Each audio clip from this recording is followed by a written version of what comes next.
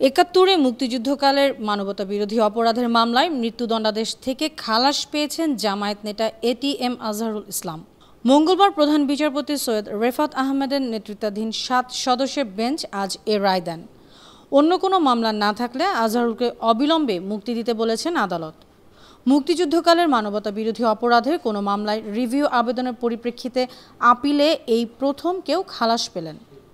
এই মামলায় আপিলের উপর শুনানি শেষে ৮ মে আপিল বিভাগ রায় ঘোষণার জন্য ২৭ মে তারিখ ধার্য করেছিলেন।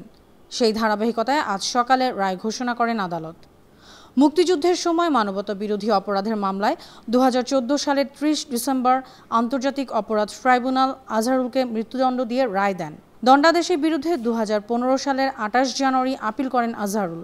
শুনানি শেষে ২০১৯ সালের ৩০ অক্টোবর রায় দেন আপিল বিভাগ।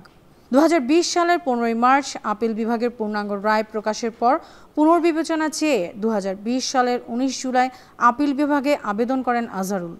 সেই পুনর্বিবেচনার আবেদনের শুনানি শেষে গত ২৬ ফেব্রুয়ারি লিভ মঞ্জুর করে আদেশ দেন আপিল বিভাগ। পাশাপাশি ২ সপ্তাহের মধ্যে আপিলের সংক্ষিপ্তসার জমা দিতে বলা হয়। পরে আপিলের সংক্ষিপ্তসার জমা দেওয়া হয়। ২০১২ সালের ২২ আগস্ট রাজধানীর মগবাজারের বাসা থেকে আজহারুলকে গ্রেপ্তার করা হয়েছিল। তিনি বর্তমানে কারাগারেই আছেন। নিউজ ডেস্ক, বানো টিভি।